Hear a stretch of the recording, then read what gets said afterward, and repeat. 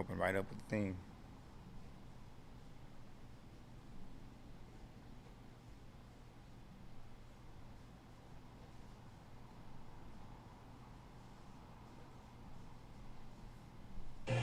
They put Moses in jail.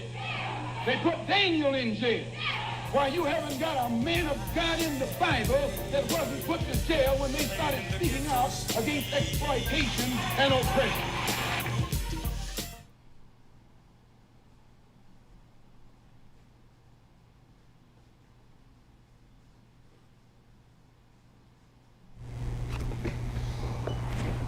Welcome to the channel, everybody. It's BC. Peace and blessings. Assalamu alaikum. It's your brother Abdul Hafid Muhammad bin Abdullah. Sir. Everybody well, man. Hope y'all well. We back at it again. We're gonna talk about culture again today. We got some stuff we're gonna, review. We're gonna review some music, something that's very special to my heart, and I'm sure the brother's heart here, you know what I'm saying? It's music, hip hop, to be specific. We're gonna turn these mics down. It looks like we might be booming in y'all ears right now. But we're gonna go ahead and get the stream started. We're talking about culture again. We're talking about the impact of culture.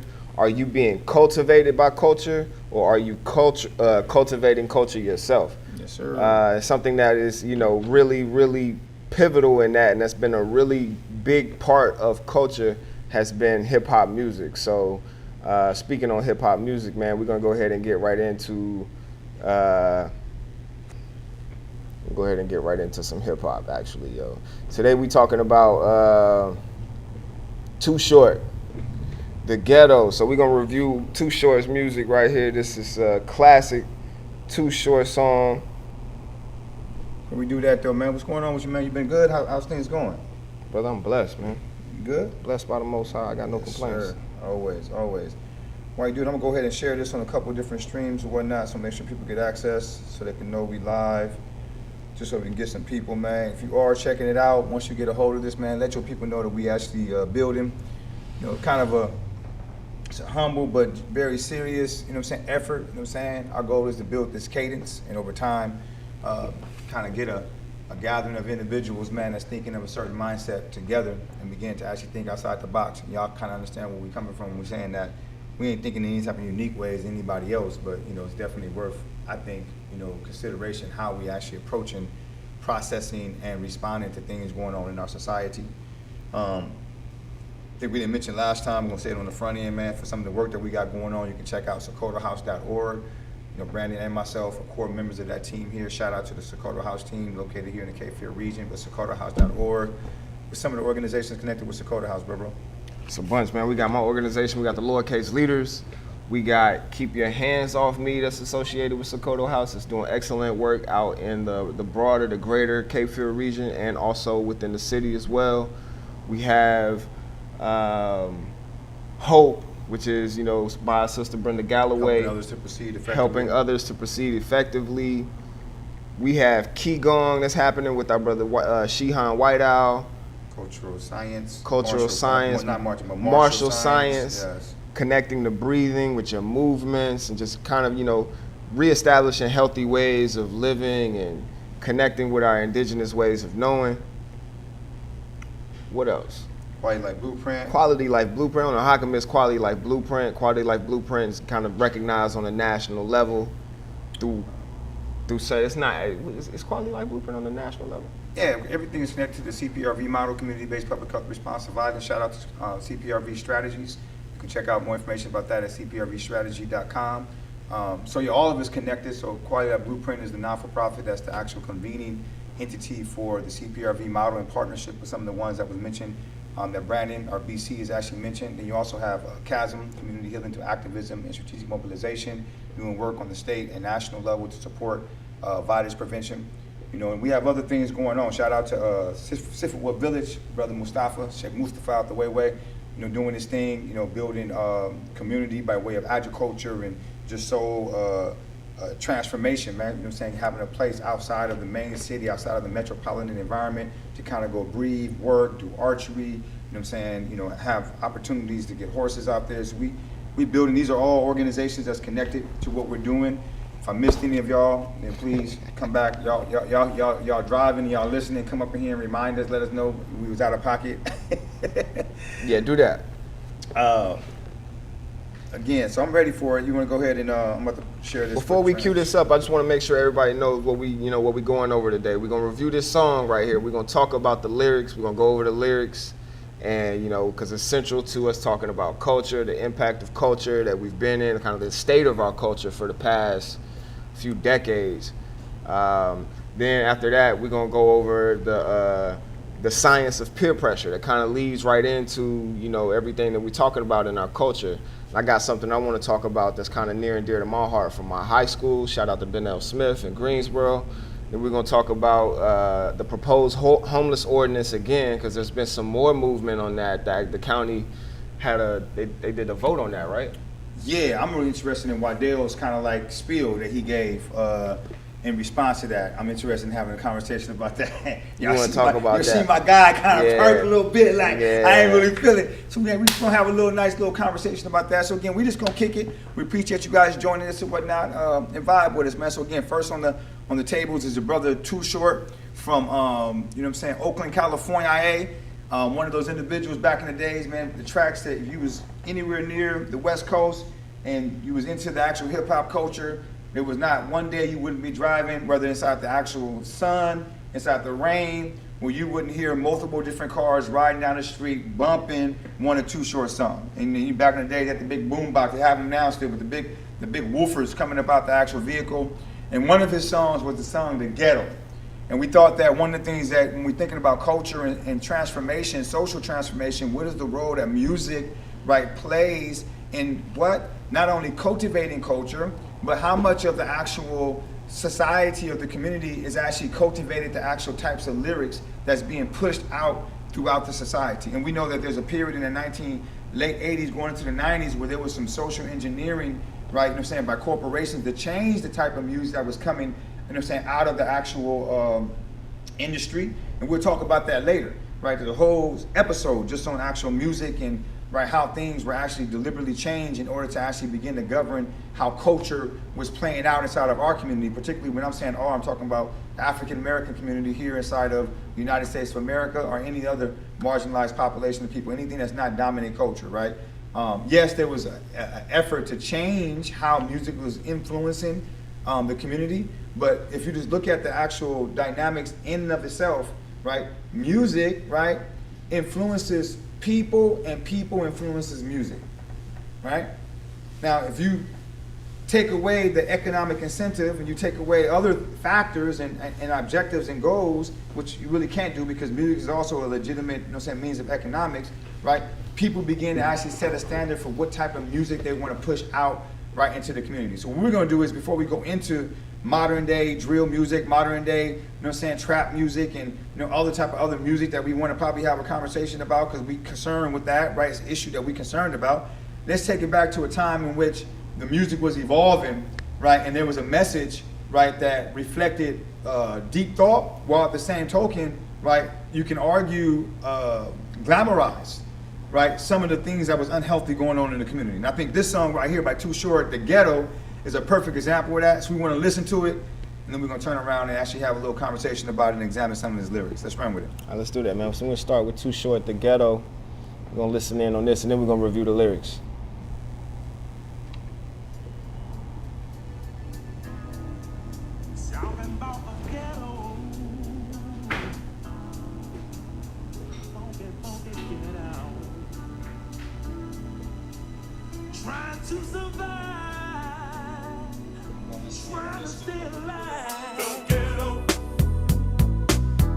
Hey, huh? And I'm gonna be honest with you, I'm not really a connoisseur of music now in this age of my life as I used to be. I used to like live, sleep, eat, like consume, like for livelihood music. I studied music in order to be able to understand how to evolve in whatever I was trying to do. Now in these days and age, other things I consume as a form of therapy and other things that I kind of allow my time and my attention and my ears to be exposed to, primarily my Quran, and things that's beneficial knowledge. But nonetheless though, as a purpose of actual social, right, analysis and understanding things, right, and how music is used, right, I'm interested in having a conversation about this. So before we pull up the lyrics, right, my first thing on the table, man, what is the ghetto? Like, how do we define ghetto? When you talking about like, how do we define ghetto? How do you define ghetto? Me and you having this conversation. I mean, I define the ghetto as something that's kind of like, I want to be, you know what I mean, like Too Short said, I want to be intelligent when I, you know what I'm saying, when I frame this. I think to me the ghetto is a project that's been like, you know what I'm saying, where people of lower income normally have been so when you say a project, you mean something that's been constructed. Something that's been actually constructed, created. By design. It's okay. absolutely by design. Okay. Where people of lower income have been kind of placed in a certain area where scarcity of resources is kind of the defining or the connecting tissue of all the people that are there. Absolutely. Word of the day. Scarcity of resource. Phrase of the day. Scarcity of resources. Right? Yeah. Very important. That's an excellent definition. I like to actually frame ghetto as something that's by design, but also something that's also like a default type of consequence of how societies function, right? As long as you have competition and acquisition opportunities to acquire resources, which may create, you know what I'm saying, a dynamic of excess resources and another dynamic of actual scarcity of resources, right? Then you're gonna have these type of, you know what I'm saying, communities sectioned off based off of class, right?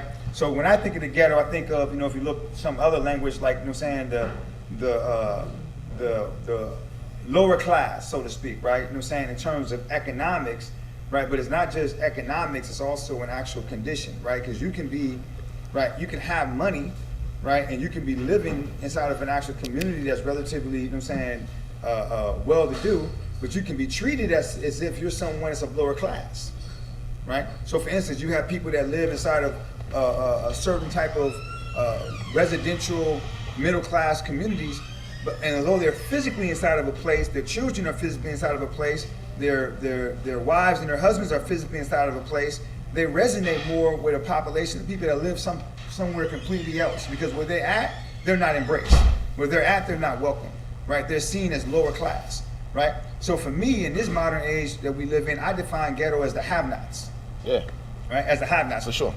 A part of a ghetto is the geographical location, right, of the have-nots, right? Another part of the ghetto is a state of individuals, right, that actually are challenging different forces that's looking to actually inhibit you from growing and striving. So bringing it back to like the hook that Too Short comes up with, if you see at the end, you're talking about me and my people trying to get out. That's how he closed it out, right? Get out the what? The ghetto. Right? But even before he went into that, and we'll go through the lyrics, he talked about the mindset that you have to have. Right? You can wild out, right? You know what I'm saying, and find yourself locked up. That's a legitimate form of rebellion. Or you can be intelligent when you put somebody in check. You can be intelligent when you regulate, right, you know what I'm saying, or hold accountable systems in order to actually remove yourself out of a certain condition.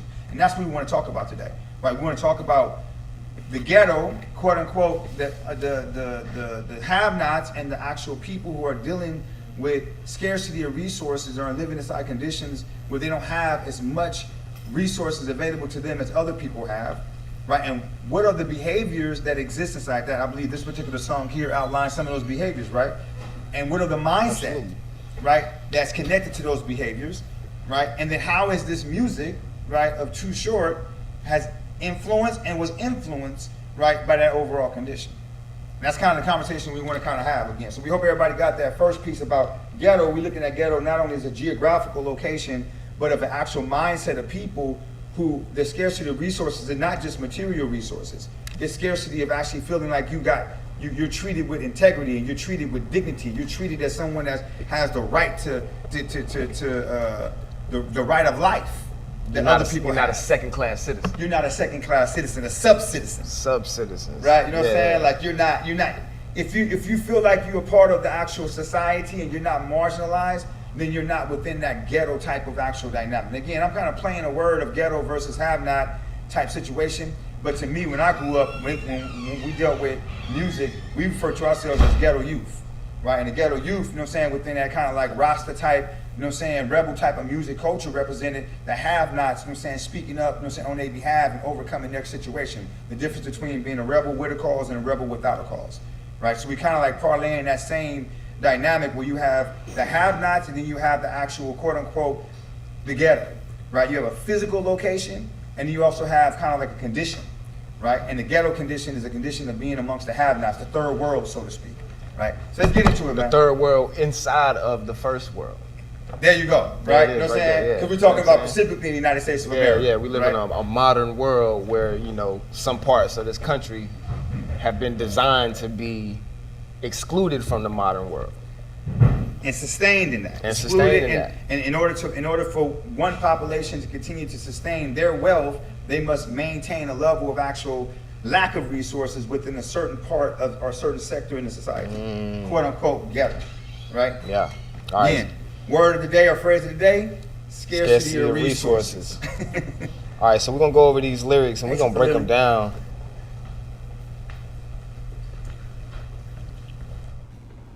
We just go line for line with it. Line for line, man. Line for bar line. For bar. We go bar for bar. Bar for bar. Bar for bar. All right, like funky ghetto. You know what I mean? Okay. What? I think that's the opening. What comes after that one? Let's see. Trying to survive, trying to stay alive. There we go. Okay. Even the streets are bumpy, lights burned out. Dope fiends die with a pipe in their mouth. Old school buddies not doing it right. Every day it's the same, and it's the same every night. All right, cool. So go back up real quick. He starts off by saying, before you go in that, talking about the ghetto, go back up. He says, trying to survive, trying to stay alive. All right, so this is kind of like his underlining intro to his hook. And he's basically saying the whole theme of this whole, and this, again, this is just interpretive, you know what I'm saying? Like social analytical, like nothing here is absolute. We're not saying we done cracked open the mind and the hearts of Too Short, right? We just pretty much examining and paying attention to it. So he starts off by saying, really, this whole affair and the whole like thing he's trying to bring to life, right, is that people are out here trying to what? Trying to survive and trying to stay alive, right? Ghetto, talking about the ghetto. Then he comes in to say what? Even though the streets are bumpy, lights burned out. Talking about the physical conditions. Physical conditions. The streets ain't been maintained. The Right. city don't come and fix the lights. There's a structural deficiency. The people who's responsible for making sure the streets look well taken care of are failing on their responsibilities. Right. Right? Then he says, dope fiends die with the pipe in their mouth. So not only is there a structural, it's cold, bro. Not only is there a structural condition, now there's this social, interpersonal, or intrapersonal condition that he's addressing. Interpersonal meaning interaction with another person. Intrapersonal meaning what it is that I'm dealing with within myself. Right? Substance use disorder is something that I'm dealing with within myself. There's an interpersonal component to it, but it's mostly me abusing myself, right? You know what I'm saying, with this particular drug, so to speak, right? So he mentions a structural and he mentions a social, right, dynamic. He says old school buddies not doing it right. Every day is the same and every night. And it's the same every night. So old school buddies meaning like what? People you grew up with. And the relationships between each other. Yeah. So I mean, there's some trying to like change that situation, and some of you kind of just stuck in a loop. Excellent. Look at the next verse, what he says. I wouldn't shoot you, bro, but I'd shoot that fool if you played me close and try to test my cool. So Brandon hit it on the nose when he said old school buddies not doing it right. So you're talking about people you grew up with, which is actually a fascinating phenomenon for this particular time in history. 1980s going to the 1990s. It's Oakland, California, so their culture, street culture, was a little bit different from the actual traditional gang culture, right? I'm saying, but gang culture was present. So if he's saying old school buddies not doing it right, I remember growing up, I had loved ones that, you know, we spent the night over our families' homes, or each other's homes and whatnot, and played in playgrounds together, playing basketball. But when we reached a certain age, right, we found ourselves on the opposite sides of actual warring gangs. or whatnot, conflict. You know what I'm saying? As we get older, because of the environment and what the language of the environment was, right, it required a shift in mindset. So the same people we actually kicked it with, the same people we was cool with, right, we found ourselves having conflict with. Right, some old school buddies not doing it right, right? I wouldn't shoot you. What do you say? What's the verse? But I shoot that fool, Trying to play me close, try to test my cool. try to test my cool. What's the next verse? There's only one rule. Every day I wonder just how I'll die. Only thing I know is I know how to survive. So going back to the theme, right? His mindset. So far he talked about a structural neglect. He talked about, you know what I'm saying, self-abuse with substance use disorder. Then he comes into talking about relations with individuals, right? People you grew up with, finding yourself in a mindset that you'll be willing, right, to hurt individuals, right? Your mindset has shifted, right? You know what I'm saying? I'm a little bit older now, right? You know what I'm saying? I got a little bit of musk, right? You know what I'm saying, under my arms or whatnot. You know what I'm saying? And I'm in a mindset to where this environment is dangerous, man. So, you know, if it comes down to it, I'll kill somebody if I need to. That's what his mindset is. And he comes back around talking about what? Survival. Survival. But what breeds that mindset? That's what he's talking about. Scarcity of resources. That nothing breeds that mindset like the scarcity of resources. Like the scarcity of resource and the conditions that's connected to the scarcity of resource. So one of the key characteristics of scarcity of resource, right, is that you have aggression, right, and you have enhanced conflict, right? Aggression and enhanced conflict. But where's the aggression and enhanced conflict coming from? Other forms of neglect and other forms of harm. Next verse. Next verse, brother. There's only one rule in the real world, and that's to take care of you, only you and yours. Okay, so that's a mindset. That's a mindset. That's a mindset that America wants you to have. So it's interesting, right? So it's a mindset that is of necessity, because there was a period of time in that same community where individuals didn't see individuals that way, right? Villages truly built, you know what I'm saying, each other, right? But because of the scarcity of resource and because of the actual overall mindset of individualism and the society that we live in, it's a mindset of, okay, you know what I'm saying, like, it's me and my own. I'm not tripping off anything else. And your argument is that the larger society has that same mentality. So now you're talking about, let's make the connection, there's a macro, and now there's this micro in what we're discussing, right? The micro is at on a base level, right? Because of my conditions and what I'm dealing with, man, I ain't giving a damn about nobody else. Like, you know what I'm saying? I have to take care of me and mine, right? Because the circumstance requires me to. But on the macro, right, the lack of resources, the scarcity of resource, right, the lack of investment in the community, roads are busted up, you know what I'm saying? Signs are knocked over, you know what I'm saying? And things just look dilapidated and not really taken care of, right? Shows me that I really can't care, you know what I'm saying? You don't care, so I'm not gonna care either. Why should you? Right? Only thing I should care about is figuring out this thing for myself. Next verse after that. Keep dealing with the hard times day after day. Might deal me some dope, but then crime don't pay. Black man that tried to break in my house again. Thought he got off on the dope, doing time in the pen. Okay, so there's two things that's there, right? Now you're talking about interpersonal dynamics, scarcity of resources, creating a dynamic where I feel like I need to be able to pay my bills, right? I know that I shouldn't be selling drugs. I know that it's not good for the community. I know it's not good for me. It puts me at risk, but I feel like I don't have any other choice. I got to pay my bills, right? Then on top of that, while I'm actually trying to pay my bills and I'm actually trying to take care of myself, I got individuals who are repeat offenders, right, who committed crimes, came home from committing crimes, and because they got an addiction, right, that they can't control and they can't manage, right, they're now breaking into my private space, right, trying to steal stuff from me. Yeah, I mean, to me, I feel like, you know what I'm saying, he said, might deal me some dope, but then crime don't pay. It's like, you know you're doing wrong. Yeah. But you've been put in this situation where... What else I'm gonna do? Be broke? Yeah, facts. You know what I'm saying? Right, Like, so- just give up and just be jaded. And it's a lot of people walking the streets that's jaded. Trying to survive, trying to stay alive. So if I'm trying to survive, I need resources. If I'm trying to stay alive, I need to have aggression. Those are the two basic lines, right? We've been told that only the strongest survive. You've been shown Conditioned. that in your environment, only the strong survive. Right. So it's a mindset you gotta have. I'm only gonna be dealing with me and mine, right? I don't wanna sell these drugs. I know there's a consequence to selling these drugs, right? Because crime don't pay, but I don't have another choice. I gotta take care of my business. On top of the fact, right, I got individuals in the community, right, that's around me because they have conditions that they have very little control over, right? You know, it's not a conditions of addiction. Like at some level, it's a self decision. You make the decision. So I can't say you have zero control over it. We know what happens when you have substance, when you're abusing substances, man, and you become addicted to it, you become a slave to it. You don't really have much say so over, you know what I'm saying, how it controls you. Nah, you're not regulating yourself. Right? It's regulating you. So now he's talking about, so not only I got my own issues, right? I got people around me with their issues. He talks about recidivism. What's the verse he say? He says, black man tried to break into my house again, thought he got off the dope doing time in the pen.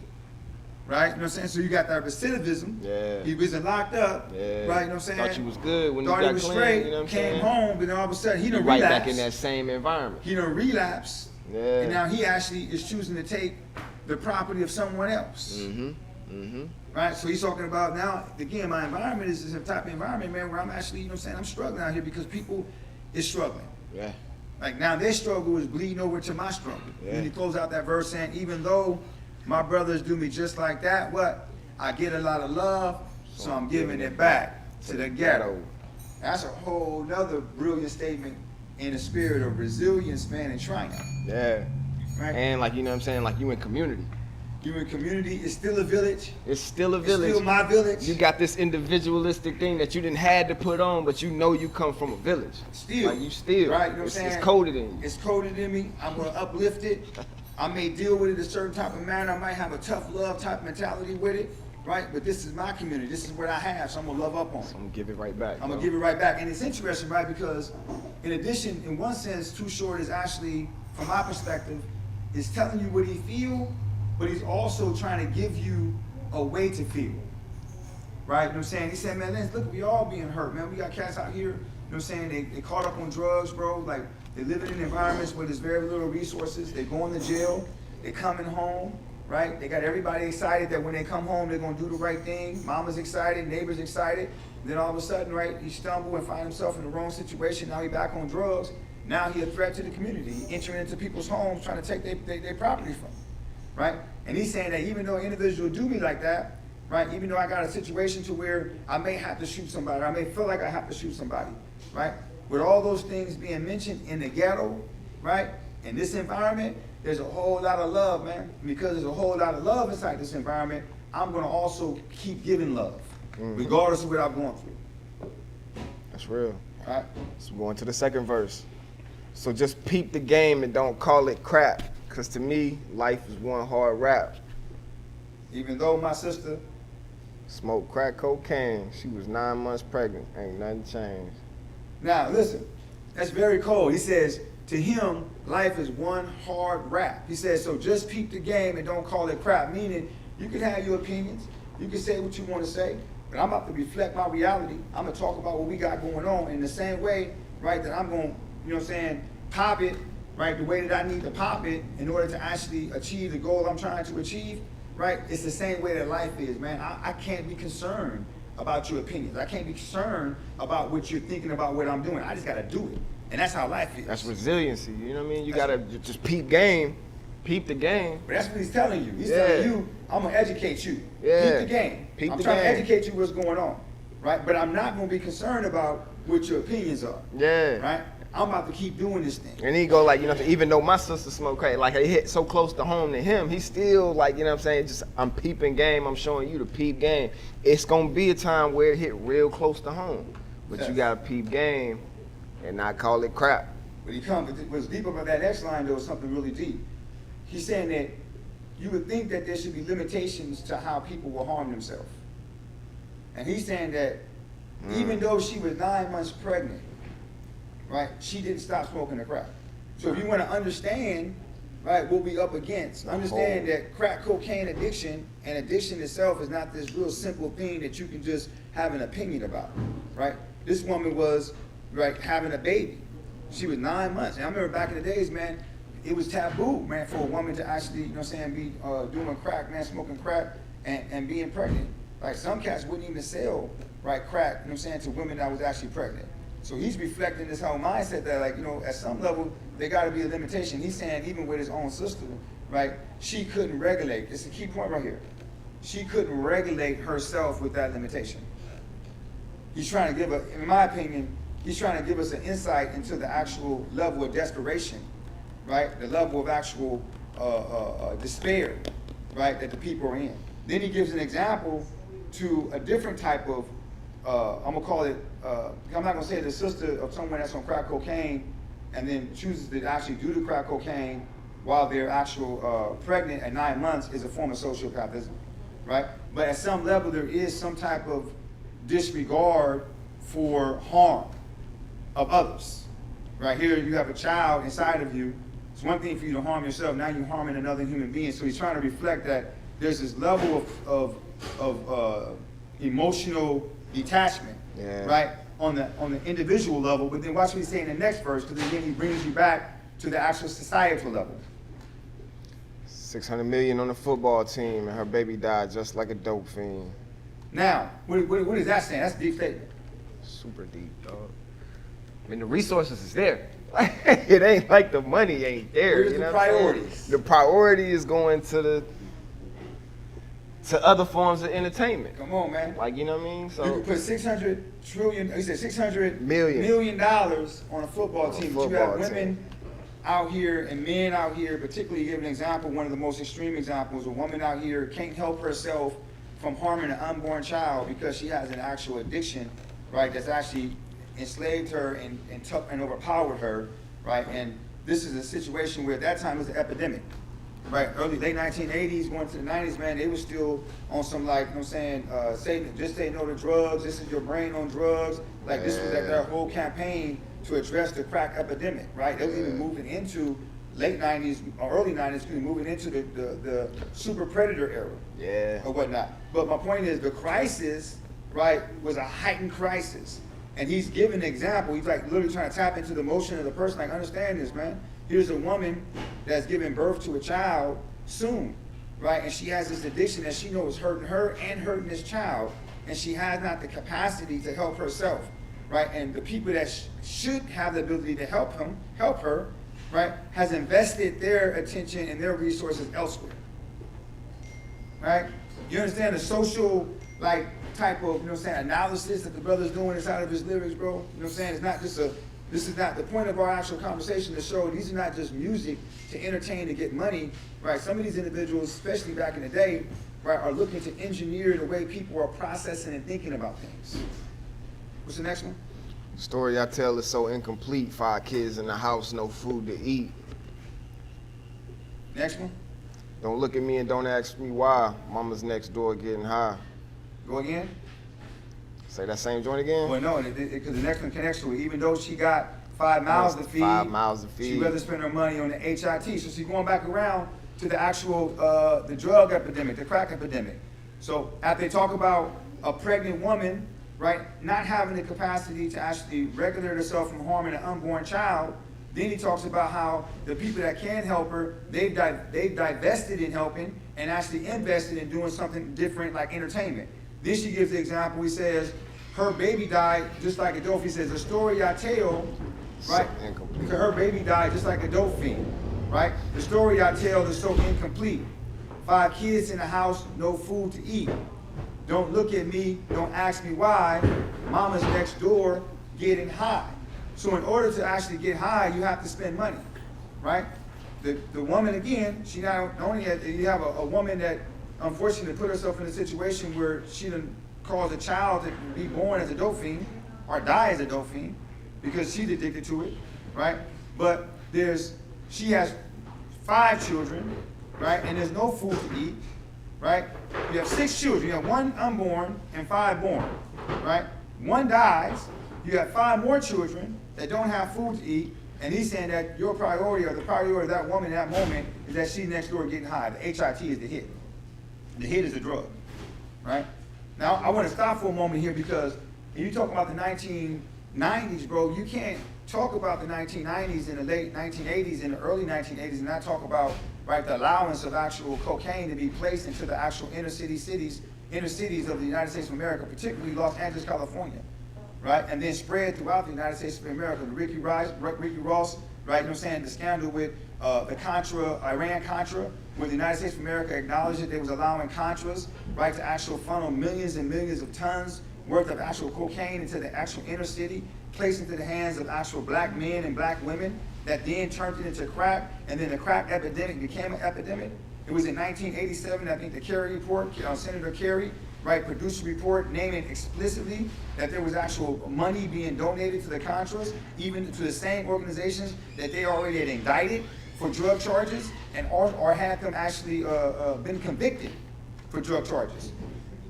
And it was a major scandal, right? This is actually well known. Even the FBI, right, you know what I'm saying, a later FBI, I think in the 90s, went back to Watts, California. You can look it up on YouTube, right? We can actually locate it for them if we need to, right? Maybe one day we will do, we can do more of a larger focus on it. Yeah, we got went back to Watts, California, and apologized to the actual Watts community, right, for acknowledging that there was knowledge, right, of these drugs being sold, and it was their hands was tied, and there was nothing that they can do, so to speak. Even the gentleman Gary Webb, right? Yeah, man, incredible work. Out of Incredible work he Sacramento, did. right? 2 bullets in the back of his head. They claim he got suicide. He killed himself. Killed himself. But he exposes it on his news outlet with detailed, right, the dark web, right, detailed information and facts about how drugs and cocaine, particularly, by the thousands of tons, the hundreds of thousands of tons, I said millions of others, but the hundreds of thousands of tons of cocaine that was actually funneled into actually the inner cities of the United States of America. So when Too Short is actually, how's it going, brother? Welcome. When Too Short is talking about, right, her baby dying, right, while she was using drugs, and she had a 9-month-year-old, and she was using drugs, and the baby died. And then the Too Short then follows up and says that this story I'm telling you is really incomplete. There's more to the story, right? Not only did the baby die, right, as a dope fiend because she wasn't able to stop herself from doing the drugs, but she had 5 kids in the house, and instead of her being able to feed them, she was spending her money on actually doing drugs. And let's take it back to the actual original statement that he made. He said that $600 million on a football team, and her baby died just like a dope fiend. So not only was these drugs being allowed in, but he's saying that y'all could have been doing something about it.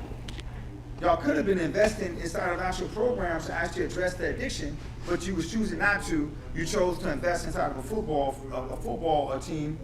And while these individuals in these type of scenarios and situations were happening inside the ghetto. Ghetto. Funky ghetto. Always tell the truth about things like this. I wonder if the mayor overlooked that list. Right, list of who? Instead of adding to the task force, send some help. Waiting on him, I better help myself. Now, whew. So he said it clear as it's gonna get, right? So you would think that he's telling that story to glamorize that. Nah, if you listen to the music and you just sit back and playing and not really contemplating and whatnot, it's a nice little beat. The ghetto, funky ghetto. You driving down the streets in California, you're gonna hear that thing bump. It got a nice little bump to it. But encoded inside this particular music, contrary to a lot of music today, coded into this particular music, there's this actual objective to actually share a message. And Too Short is a perfect example of that. And his message in this particular case is that, man, we have a crisis. That wasn't something he was talking about that was happening in the past. Man, that was happening right then. Yeah. When he was talking about that, that was going on right then. Right then. You know what they was doing? They was hyper-militarizing the police force. Over-policing. Over-policing, mass incarceration was going crazy. So, you know what I'm saying, instead of adding to the task force, send some help. Instead of allocating the resources into the police to fix the problem, fix these roads, bro. Fix these street lights. And add some resources to deal with substance use disorder. Right? You know what I'm saying? Figure out how to actually help these individuals, you know what I'm saying, overcome this addiction, man. You got cats going to jail, they're getting off the drugs, they're coming back home, right? They're relapsing, right? And then they're recommitting crimes because they're relapsing. So he gave an example of a brother doing that. Then he gave an example of a sister not able to control herself, harming the next generation, right? Not being able to take care of their responsibilities. He's showing the epidemic And at the same time, he's saying, man, y'all not prioritizing solutions. Y'all actually want to lock us up, right? Y'all want to make the problem difficult. So where's his final response? Housing authority. Oh, go ahead. Go ahead, no. If his final thoughts are waiting on them, I got to do what? Got to do it myself. I got better help myself. Which looks like, Because that help ain't coming. what's interesting though, it's gonna look like in his message, which is kind of an oxymoron. If you look at the message earlier, he talked about, right, picking up the actual dope sack, even though crime don't pay. Yeah. So I'm in a situation where either, like, what am I gonna do? I mean, this circumstance, The options available to me. the only really option available is to get out. But the only way you can get out is you need resources. And right now, the only real resources, tangible resources right in front of me It's to perpetuate the harm on my community. But for me, it's about getting out. Yeah. For me, it's about surviving. Yeah. Right? For me, it's about So surviving. that's where you have to take on that individualistic approach. That he mentioned I have earlier. to help myself. Me and mine. Yeah, it's about me and mine. Right? About me and mine. He's explaining why people are thinking the way that they're thinking. In many cases, you have the same thing going on inside of our communities today. Why our young men, right, and our young women are thinking the way that they're thinking and whatnot. Sometimes, not all the time, right, if you listen to the music, right, it'll communicate to you exactly what's going on in the hearts and minds of our young people. So keep going. Housing Authority and the OPD, that's the Oakland Police Department, all these guns just to handle me in the ghetto. That's going back to the, the mass incarceration, the hyper militarization of the police force. They got in, they didn't equip them. That's where the money going. A lot of the money going is to equipping them with all these militaristic guns, bomb cars and stuff like that, you know what I'm saying, just to be able to handle him in the ghetto, because they see him as this, he's the threat.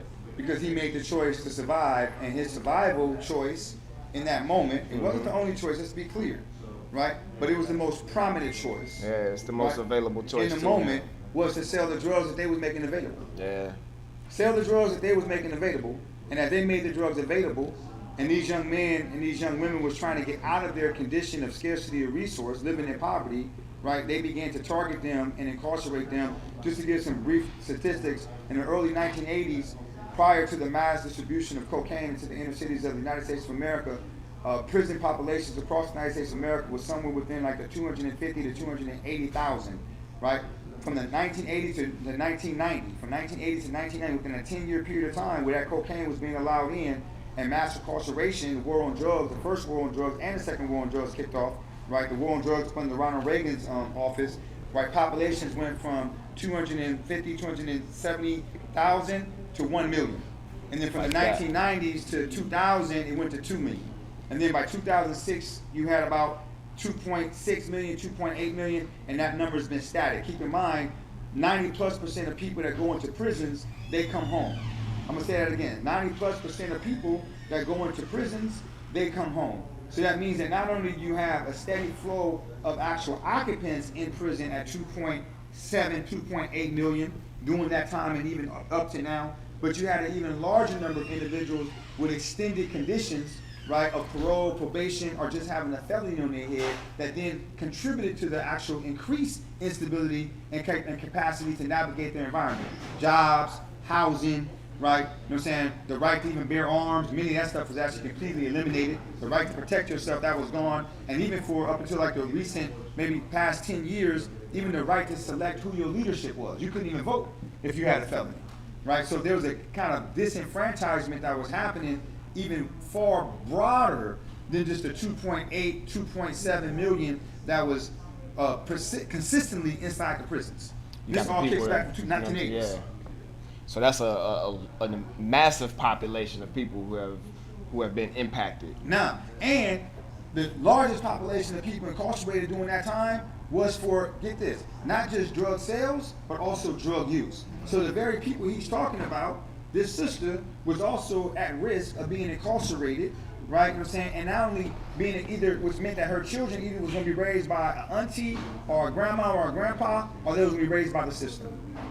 Again, we're talking about the ghetto, and we're talking about, right, you know what I'm saying, Too Short Song, and how he was able to articulate a message related to what was going on in his community, and at the same time, we're showing how he was also integrating into that a message to help people understand and also overcome, right, whether it was the best way of overcoming.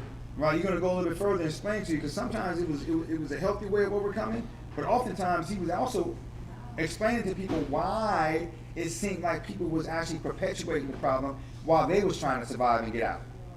Like even the survival mechanisms were self-abuse. Yeah.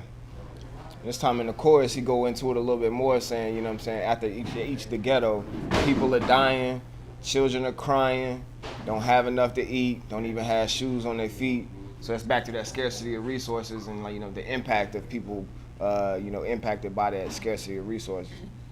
So even though they put us down, call us animals, we make real big banks and buy brand new clothes, drive fancy cars, make love to stars, never really saying just who we are. You keep going. We use alias names like Too Short, sell you stuff you might kill for. Young kids grow up and that's all they know.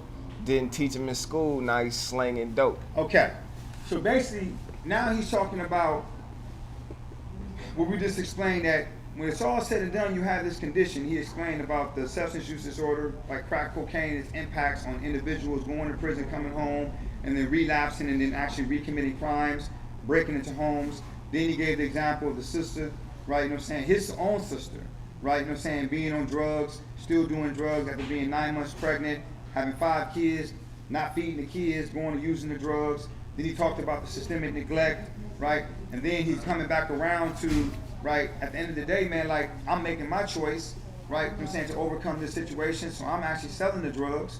I'm involved in the actual, you know what I'm saying, activity that's defined as being criminal. Right, and he talked about all the different agencies, right, that's been actually assigned to track him down for committing and participating inside the drug sales, right? And then he brings it back around and starts saying, man, listen, at the end of the day, right, because I'm trying to overcome my situation, right? I'm trying to not become a victim inside this particular environment. I'm not trying to remain a slave to the environment that's systemically, right, set up for me to fail, right? I'm going to find a way out. So when I find a way out, I begin to find myself having the fancy cars. I begin to find myself having the fancy clothes. I begin to find myself being the most popular inside my community, because that's what money produces, right? And then people begin to look at me as if I'm the problem. They target me as if I'm the problem.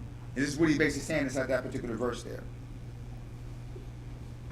And the resources ain't going into school to be able to teach the kids other ways, you know what I'm saying, out of that. Well, that's because he's saying the kids are looking to them. Yeah. The kids are looking to them, yeah, right, as this is success. Yeah, I mean, mad at me because that's the only success you see. That's the part. So because they see me being successful in this way that's unhealthy, keep in mind, he made the disclaimer, right, that he understood that the selling the drugs, right, you know what I'm saying, wasn't the best thing to do because crime don't pay. He acknowledged that that wasn't the wisest thing to do, but he also acknowledged that he's going to survive. He's going to stay alive and he's going to survive. He's going to try to get out the ghetto. So now that he's being successful, the youth who are in the same condition that he's in is looking to him and saying, wow, man, like, that might be the way to get out this situation. That might be the way we can overcome our circumstance. He eating, he living well, he's having this type of glamorous life or whatever. Drive fancy cars and making love to stars. And then what he says is this: just because you're not investing the resources into the schools so that the kids can see legitimate options, legitimate pathways out of the ghetto, legitimate opportunities out of the ghetto, don't get mad at me because now they're looking at me and I'm becoming their mentor. I'm becoming their actual person they want to be like. It's a deep, man. The brother's deep, man. Too short, the deep brother, man. For sure, man. And you said it right here. Only thing he knows is how to survive, but will he kill another brother before he dies? In the ghetto. You keep one eye open all day long, just hoping and hoping. You can pay your bills. Not drink too much, then the problems of your life, you'll be throwing up. So, there's a couple things there. Hold on. So, he says that the mindset that this person, himself and others are taking on, right, is that I need to actually survive. That means, right, with the current state of affairs, I can either die or I can either kill. I can be killed or I can kill. Why? Because I'm inside of circumstances where there's people, right, that I'm interacting with and conditions I'm actually dealing with where people will kill me. And I've already concluded to myself that if I need to, right, for the purpose of survival, I will what? I will kill. Right? So therefore, I'm moving throughout this inner city, throughout this ghetto, throughout this condition, translate the word ghetto into a condition, keeping one eye open, right? Then he says, say what? All day long, just hoping and hoping. All day long, just hoping and hoping. And then there's another piece that comes into place. He says, you can pay your bills and not drink too much. Then the problems of life, you be throwing up. So it's like if you're not compartmentalizing that, you know, you gotta find a way to deal with everything. You can, like, you know what I'm saying, you can choose not to drink too much. You can regulate yourself. But the problems are still there. No matter what. The problems are still there no matter what. They're not going away. I want to go back to what he said, just hoping and hoping. Hope is a drug in and of itself. Yeah. Like, cause you ain't got, like, you know what I'm saying, when you ain't got nothing else to do, when everything just seems so dark and all you have is hope, you know what I'm saying, you kind of become paralyzed. You can't see yourself out of that tunnel. Well, and the other thing he's saying is that if you choose not, again, it's kind of like, this is kind of like maybe a point where the logic gets thrown off, right? Because you can say that if you're not choosing to actually find a quick way out, then you get caught up inside the rat race. Yeah. Where you work a job, you pay your bill, you're a functional alcoholic, which many of our folks during those periods of time back then, because alcohol was everywhere. Currently now, there's a liquor store on every other corner, or a place where you can buy liquor on every other corner. And the culture inside of our environment is, you can talk about a lot of things, but you better not talk about alcohol. You better not talk about the negative facts, because all of us do alcohol, right? And there's even medical reviews and whatnot. People try to claim that a little bit of alcohol is good for you, at least a little bit of wine. Excuse me, sorry, Sister Brenda. Thank you. But you can do a little bit of, you know what I'm saying, what they call self-medicating, right? But over time, right, with the alcohol, because it's so much a part of our culture, right, there's a lot of functional alcoholics and there's a lot of full-blown alcoholics, right? And alcoholism becomes this other type of harm that exacerbates forms of violence, exacerbate forms of actual mental health illnesses, et cetera, et cetera. And he's saying that you can take that route where you figure you're just gonna cope. I'm gonna live this 9-to-5 job, right? Every once in a while I come home from work, sip on some beers, sip on a 40, right? Do what I do. But he said over time though, right, you're gonna be throwing that up. You're gonna be throwing that up. That's not sustainable. Not only that though, like your life gonna pass you by.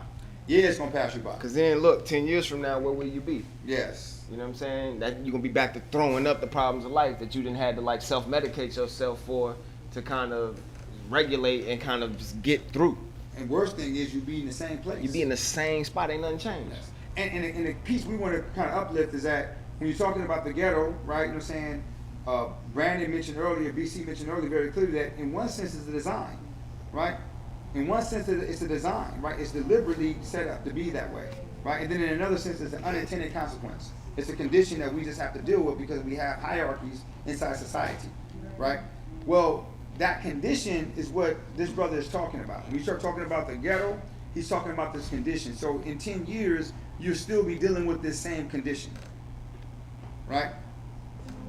If you don't, right, take a chance and take a risk, which that in of itself can end inside of an actual tragic way. Yeah. You can be killed, or you can kill. You can end up inside jail, right? You can get arrested and end up in jail. So really, kind of giving you this type of dynamic that's almost like, I can't go this way, I can't go that way, right? You have to understand what we're dealing with, bro. You can judge us, like you said earlier, man, you need this peak game. You can have a judgment about what I'm saying, you can have an opinion about what I'm saying, but if you're listening and paying attention, right, you may learn something. Yeah. All right, so we go back into the chorus again. I think it's the last verse right here. So much game in a too short rap. Now you about to lay it on you, right? Can't be white and whites can't be black. Why you want to act like someone else? All you got to do is just be yourself. We're all the same color underneath. Short dog is in the house, you better listen to me. Never be ashamed of what you are. Proud to be black, stand tall at heart. Even though some people give you no respect, be intelligent when you put them in check. Because when you're ignorant, you get treated that way. And when they throw you in jail, you got nothing to say. Man. So, for my take on that last verse, man, he's basically saying, man, listen, I'm trying to educate you guys that there's a reason why certain situations exist. You can look all day long, see the violence. Like at this time, I think Oakland, even now, right, Oakland is rated one of the most, you know what I'm saying, dangerous cities to be in. Definitely back in the day, early 90s, late 80s or whatnot, I know a couple times it was rated the number one capital for murders or whatnot. He's basically saying you can have an opinion, you can have a judgment. Your situation is not like our situation, right? And it's almost similarly saying like, and you don't want to be in our situation, and we really don't want to be in your situation, right? You know what I'm saying? So you can have these. White can't be white, blacks can't be blacks. Or no, whites can't be black, and blacks can't be white. He's basically saying like, know your lane, man, and take some time to kind of understand what other people are going through before you actually pass a judgment, right? And he also saying that you have to understand there's more to this situation than just what you see. You think individuals is out here hurting themselves and hurting people that look like each other, you know what I'm saying, without reason? No, there's a larger condition, right? A larger systemic issue. He literally named, talk about the mayor, right, for getting them on the list. Talking about, you know what I'm saying, structural things not being taken care of, right, in relation to the actual streets and, you know what I'm saying, just basic infrastructural things. And he also talked about, even on a larger scale, man, the targeting, right, of individuals for certain behaviors that really was made to be possible because certain things were allowed to be put into the community, like cocaine. While at the same time the cocaine was being put into the community, you kick off a war on drugs, right? So now I'm your enemy, right? And now you blaming me because I somehow found a temporary way to survive, right? I got some money, I got some cars, right? I can pop that pop, you know what I'm saying, and look like I'm successful. And you're making me the bad guy. Mm-hmm. But in actuality, you the one that put the education in the schools, right? Now, my take on it all is that, right, yeah, I understand the reasoning of Too Short. At the same time, though, that's only one perspective. There's a whole lot of people inside the ghetto that didn't take the path of being drug dealers, being pimps, right, being robbers, and didn't actually find themselves, right, victims of substance use disorder, right? There's a lot of brilliance, a lot of actual success, and a lot of positive things that was going on in the community, but during these particular times, because of the actual strategic, right, or unattended, right, consequences of certain systemic actions, right, you found an overwhelming presence of unhealthy behavior. You could say that's the same now. It's definitely still the same now. Let's skip ahead when he said, you know, be intelligent. Even though when some people don't give you no respect, be intelligent when you put them in check. Because when you're ignorant, you get treated that way. When they throw you in jail, you got nothing to say. So, like, you can choose to be ignorant, but you know what I'm saying? It's up to you. You got to find some source. You got to kind of fight back against that darkness. And the only thing that can fight back against that darkness is light and intelligence, knowledge. Absolutely. And a lot of this has to do with a lot of the rebellion, a lot of the resistance. There was actually protests going on. Like cats was like, you know what I'm saying, like having uprisings. There were uprisings happening in the 1980s or whatnot, man, in the summers or whatnot. And people was just wilding out. And he was telling them, like, man, listen, like, you can figure out, you can destroy things. Like, you know what I'm saying, you can, you know, protest and make a ruckus. You can be a rebel and choose to actually be an outlaw and, you know what I'm saying, rob, kill, murder, right? Because that's basically what it comes down to, right? It's either you're going to be an outlaw and commit crime, or you're going to be an outlaw and actually, you know what I'm saying, engage the system and challenge the system. Right. In both cases, it's an outlaw, right? It's a rebel with the cause and a rebel without the cause. Right. His thing is, whatever choice you make, right, be intelligent, right? You know what I'm saying? If you want to put somebody in, you want to put the system in check, you want to change your condition, be intelligent about it, right? Be creative about it, right? You know what I'm saying? Or if not, don't complain later when you get a different type of consequence. Right, and I think, you know, I think for someone that wrote a song like that, that has so much brilliance in it, and really offers a high level of social, analytical perspective, they have the right to say that, because he's using his intelligence to put individuals in check. Like I think 1980s, late 1980s, going to the early 1990s, man. I'm like no more than like 12, 13 years old. I'm listening to this song. I don't even understand everything that it's actually saying, right? But I'm memorizing the words. Right? And these words are reflecting a certain actual mindset, and these words have a certain intention. And I don't think his intention was anything other than to actually shed light to social conditions and what was going on inside the ghetto, and at the same time to kind of make the ghetto feel like, man, y'all ain't the scum of the earth. Right? You know what I'm saying? Like, be proud about who you are. Like, you know what I'm saying? Proud to be black, stand tall, and you know what I'm saying? Like, he said it very clearly, you know? Facts. Yeah, man. Any final thoughts, anything else? I got nothing, man. I think we covered it all on, you know what I'm saying, the Too Short song, brother. I think, you know what I'm saying, we kind of, you know what I'm saying, did a healthy deep dive into that and, you know, how things line up to where we are today. Because, you know what I'm saying, I think these conditions, these situations, this design hasn't gone away. And this is 30 years ago, you know what I'm saying, 30 plus years ago he made this song. So I think we're still kind of captivated by the impacts of this construction that is the ghetto. Yeah. You have the scarcity resources still happening today, man. Absolutely. I think if anything, it's gotten worse. I haven't seen any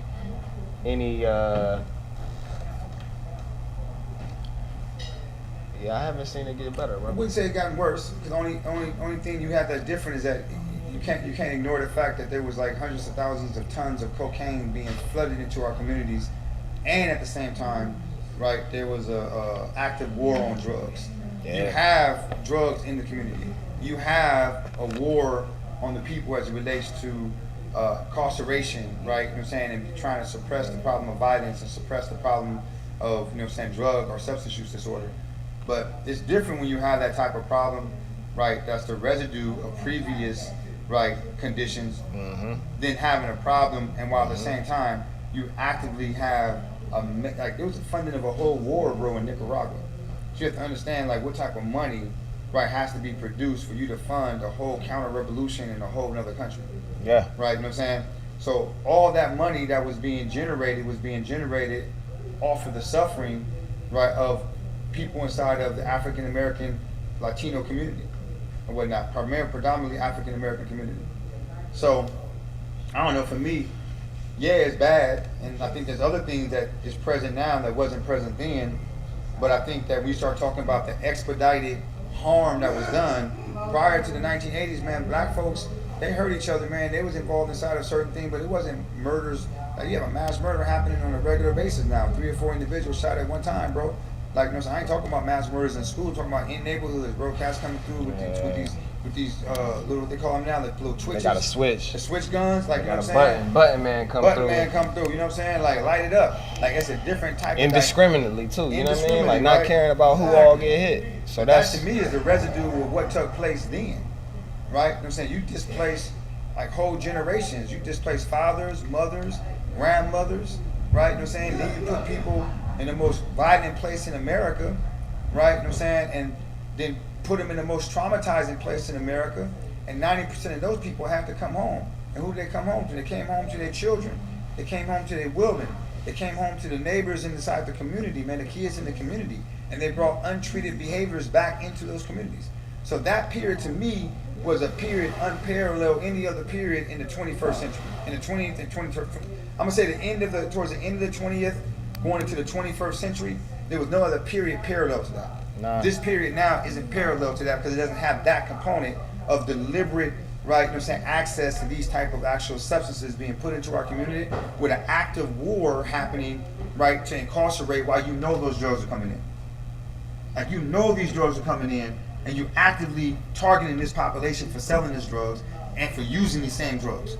Like, that was a different era, right? Even though you have things going on now. Yeah.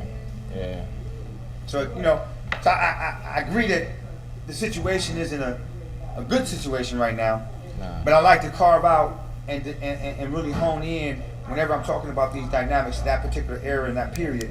That I think Too Short did a great job, man, elucidating, man. So salute to Too Short. Yeah, you know what I'm salute, saying? man. You know, OG up out of Oakland, California, right? You know what I'm saying? Did a great job, man. You got some other music that probably not worth listening to, but that particular song was a tight song, man. Yeah, So, absolutely, man. That's gonna lead us right into our next topic, which is we touched on in our first episode about the homeless ordinance that was proposed by the councilman here locally, Councilman Luke Waddell. So we're gonna go into they had a recent this would be our segment of Cape Fear the report. Cape Fear You know what I'm report. saying? Yeah, So we're Cape gonna Fear go into report. our local issues, make sure, you know what I'm saying, because like brother said, there's a macro and then there's a micro. The micro informs the macro, and you know what I'm saying, they have a bi-directional relationship with each other. So we're gonna go into his proposed ordinance again. We're gonna see his response, what he talked about.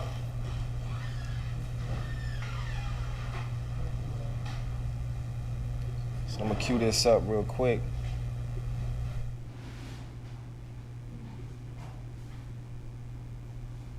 And I want you to know you're not ignored. Okay, you're not ignored. These business owners and residents who invest in our community, who've been directly impacted by our continued inaction on this issue and who are literally pleading for us to do something. Not defer the blame, but to do something, to lead and to act. And so I'd like to address a few key points. There's a lot of misinformation tossed around here. When I first introduced this ordinance last year, several of you, I'm not going to name which ones, but expressed hesitation, citing a desire to wait for guidance from the Supreme Court. Let's defer it, let's wait. That guidance has now come. In June of 2024, the Supreme Court ruled that cities do have the legal authority to prohibit public camping even when there's not adequate shelter available. In the months that followed, so in the last year, more than 150 cities across 32 states have adopted or expanded similar ordinances. We're not reinventing the wheel here, folks.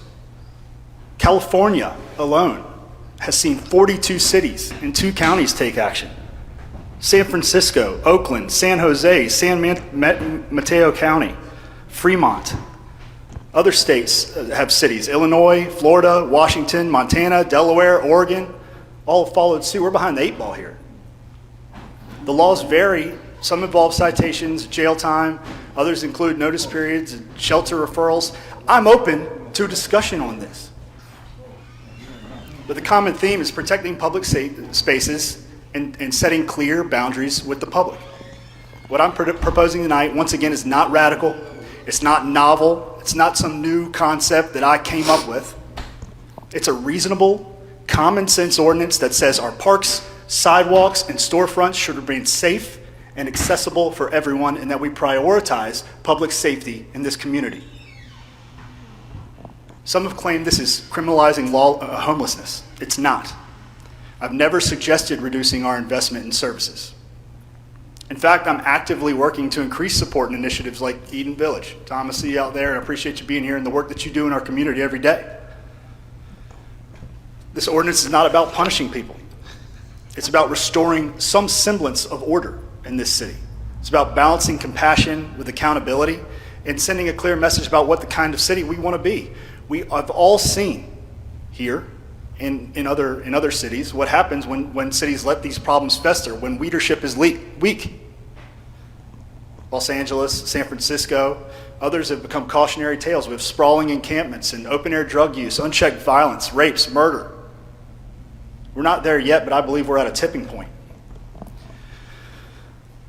To demonstrate what we're facing, I do want to share just a couple brief videos that have been submitted to me by various residents over the last few months. I'll give you a little context here. This is a regular occurrence for this gentleman who's running down a family with a very young child here, aggressively panhandling, and they are walking as fast as they can away. I can tell you what I would do if I was there with my son. There'd be police involved, that's for sure. We can go to the next one. This is broad daylight. A couple homeless gentlemen. You'll see them regularly when you're downtown. Nice little fist fight right in front of one of our nice boutiques.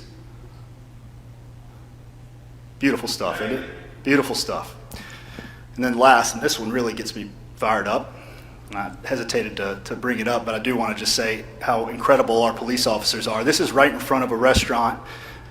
This homeless gentleman had locked himself in this vehicle that belonged to a girl under 21 who was working after school in her job. He had slashed all 4 of her tires and was locking himself, what I would only assume, waiting for her to get off work and come in that vehicle. Thank God we have the men and women of the Wilmington Police Department who were able to act quickly. Can you imagine the horror story that would have unfolded if this poor young girl would have left work in the dark and gotten this vehicle? Thank you, Dylan. There's others I chose not to show publicly, videos of business owners being physically assaulted when they try and ask somebody to get, to move out of the way so that patrons can come into their establishment. People urinating, defecating, masturbating, openly intoxicated in front of businesses and homes. I think you get the picture here. Tonight, the choice in front of us is binary, as far as I'm concerned. We either act on some form of an ordinance that says we actually hear these folks and we want to do something, or we continue to invite this behavior in our city through our inaction and weak leadership.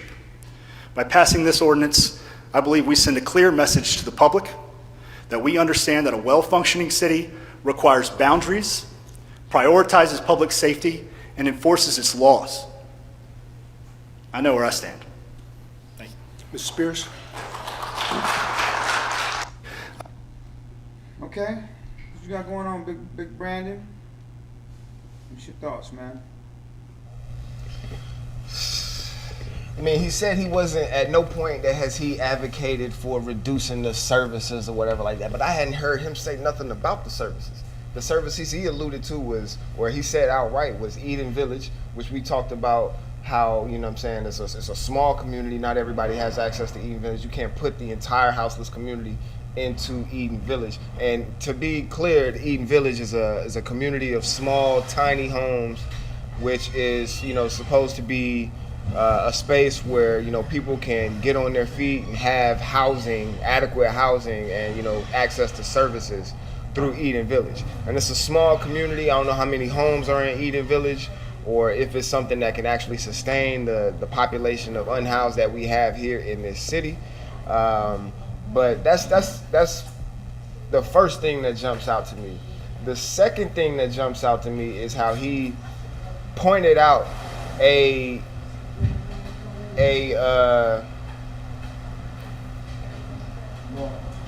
pointed out a fist fight going on downtown, and then immediately in the next sentence said that, you know what I'm saying, basically he would be in a fist fight downtown if it were him. Mm-hmm. So I feel like you're talking out both sides of your mouth right here. You saying, oh, look at this is lovely, this is beautiful, and then, you know what I'm saying, oh, right after that, you know what I'm saying, if this was happening to me, police would need to be involved. You know what I'm saying? Kind of implying that, you know what I'm saying, you're going to lay hands on somebody yourself. So you just overwhelmingly disagree with him, right?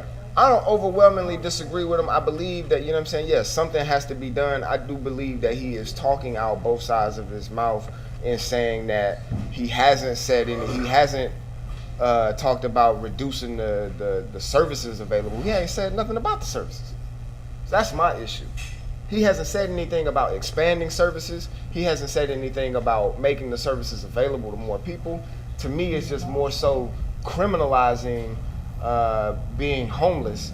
And, you know what I'm saying, the examples that he used are just more so along the lines of criminalizing the homeless. All right, so I can acknowledge your point. This is my thing. I'm kind of straightforward with it, right?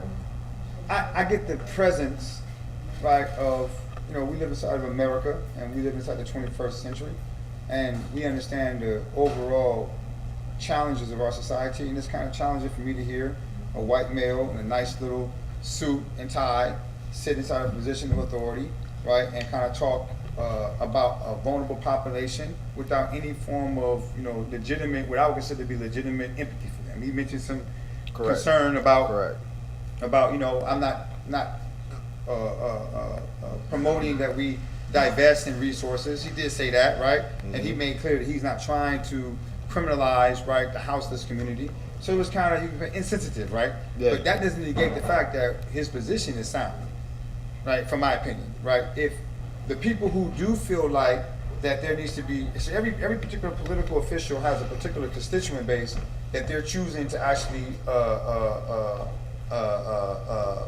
speak on behalf and act on behalf, right?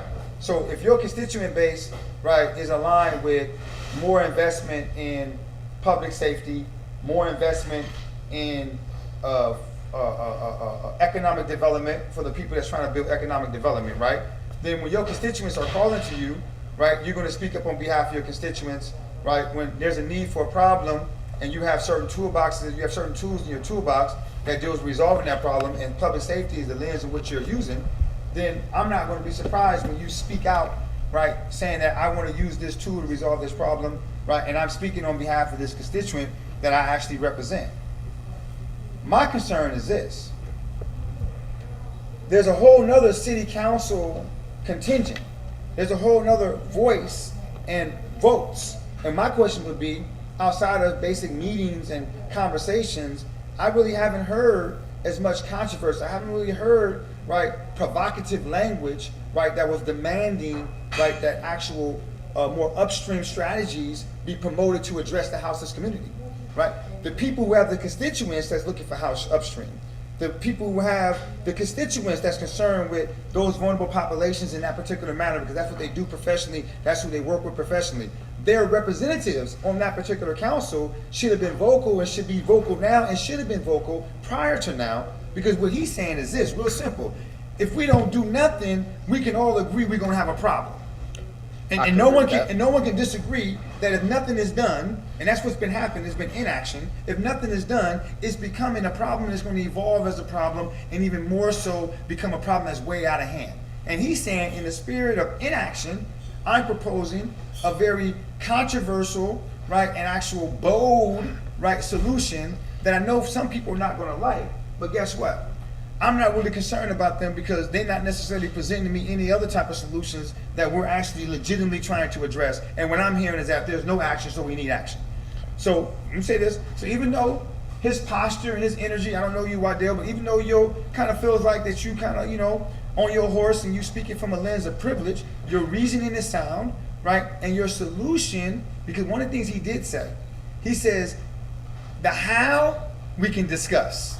And that's the one statement he said that has me having the position I have right now.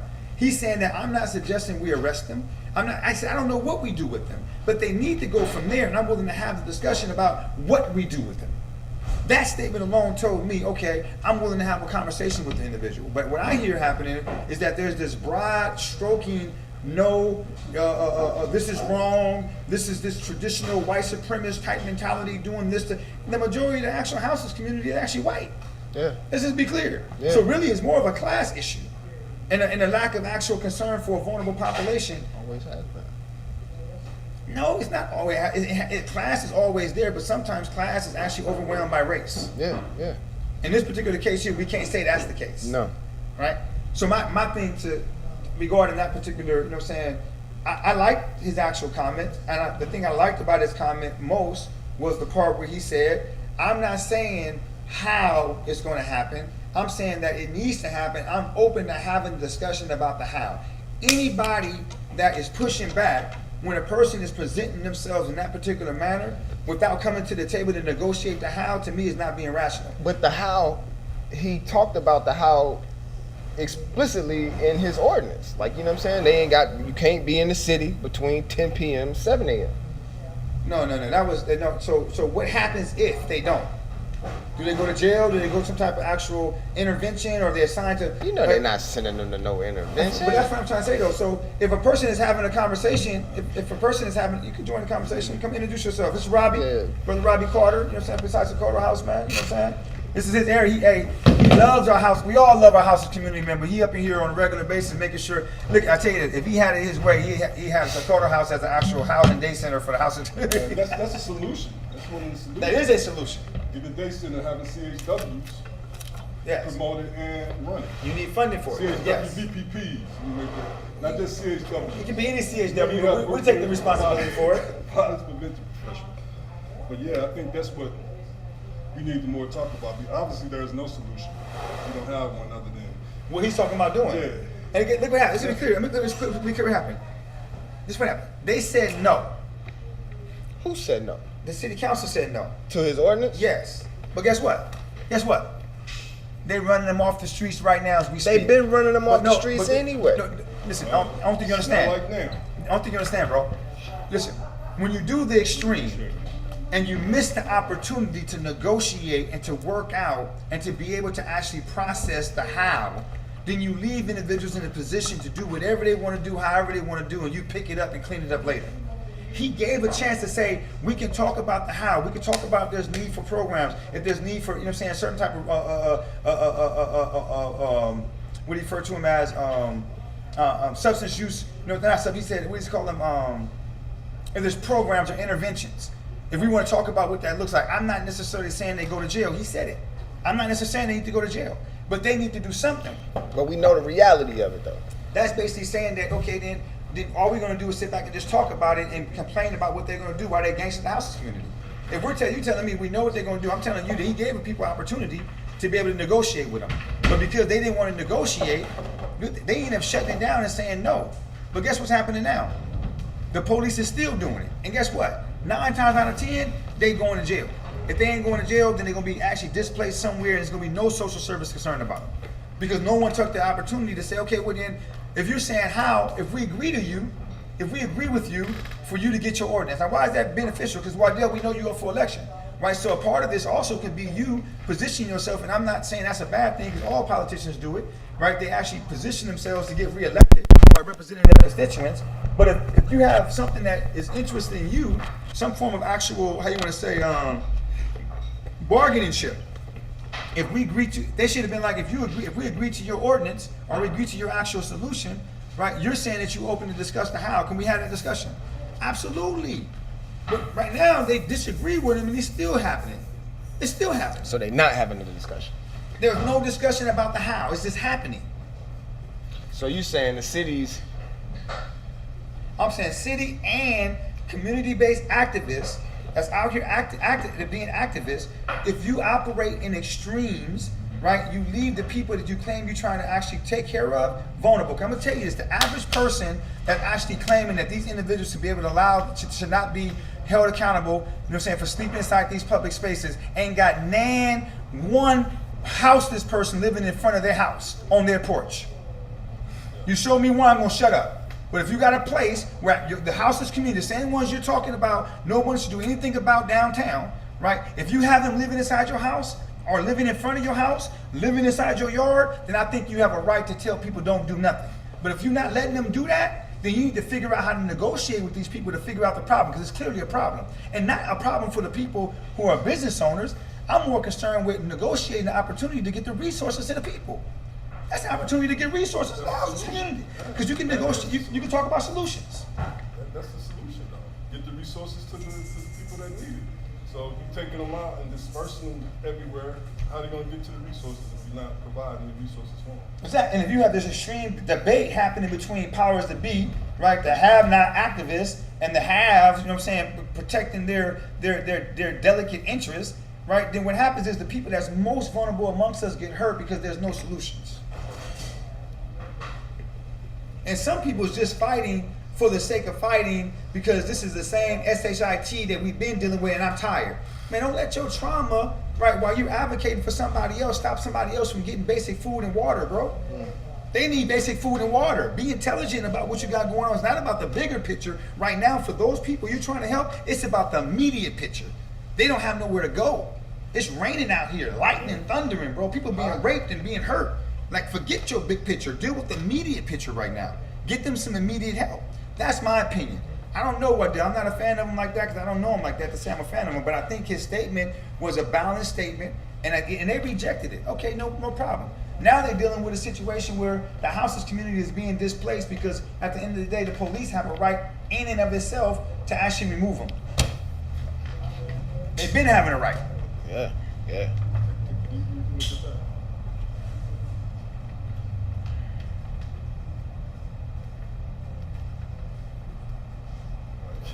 That's the thing the brother put together with the lockers. Nah, this is Yeah, but we in a live broadcast. You know that, right? yeah, but You trying to try to propose a win on a live broadcast? We gotta watch him, man. we got one proposal. It's a proposal. You know. Yeah, but we don't have no money though. Yeah. So we don't have no money. We don't have. We just respond. Yeah, I'm not. Put yourself on the calendar. Yeah, go put yourself on the calendar, man. Like, Yeah, I mean. you good? You can talk to me about it. Sorry. What's going on? So I just sent you something on Messenger. I got tagged into something. One of our wonderful business owners downtown talking shit about one of our wonderful Action Network collaborators that made a post. So Lou Waddell and company hate the homeless folks. And so they put a couple really nice bullet points. And I sent it because I actually do know the business owner and I know the people who made that flyer. So for topic of conversation, just share the message with Brandon. See how Okay. what I'm saying. Cool. We got some real-time insight and social media activity going on from our sister Lily Nicole regarding the subject that we're talking about. Yeah, guys, we just here, man. Like, you know, this is just a natural little. I'm gonna be honest with you, bro. So, like, what's going on with us is we trying to stimulate continued activity, man. We over here inside of our building. Our building is on its last leg. You know what I'm saying? We're a grassroots organization, man. Like, you know what I'm saying? Nobody really here getting paid anything significant. We got love and blessings from my Muslim brother Magdi. You know what I'm saying? Shout out to 4-star heating and cooling. We're letting us be able to actually be inside this space with minimum expectations from us. You know what I'm saying? But there's other things going on with our environment, dealing with our roof and just overall bills or whatnot. So we here, and our attitude is no matter what direction we go in, we're gonna continue to beat the drum. So me and Brandon, we've been vibing. We was like, man, we need to just do something, bro. Like we talking all day long, we playing chess, we doing this throughout the day, we having conversations. To be honest with you, a lot of the conversations we're having right now, although some of them are actually pre-thought about and kind of set up, they're really organic conversations we have on a daily basis, right? So our apologize in advance if this is not as organized and structured as you like it. It's not designed for you to sit with us for the whole 2 hours, 3 hours that we're here. It's really designed to actually, be able for you to be able to grab a hold of certain sections. Hopefully at some point we'll be able to like go back into the video and extract certain specific conversations that was had and put them out there. But for anybody that want to listen to the overall discussion, they can do it. Again, our aims and goals for this is to keep it as organic as possible. You might have heard a lot of ruckus in the background. That's actually community members serving community members. Right. That's people coming in, right, getting things that they need. Right, Robbie, he's working, getting clothes for the house's community. I actually set up to give it to him.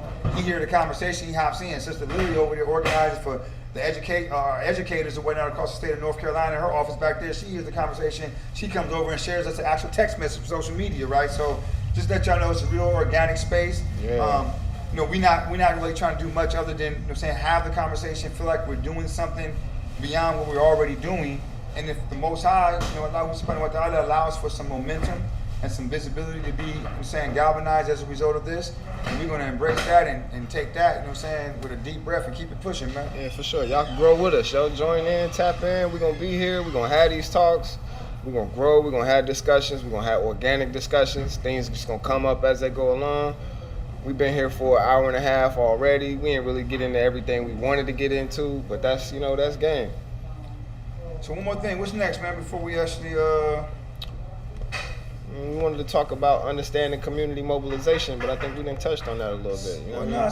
social mobilization. So, so as we wrap up, we transition to another section. So far we dealt with the Too Short analysis, then Waddell's, houseless statements, and his comments and our reflections on that.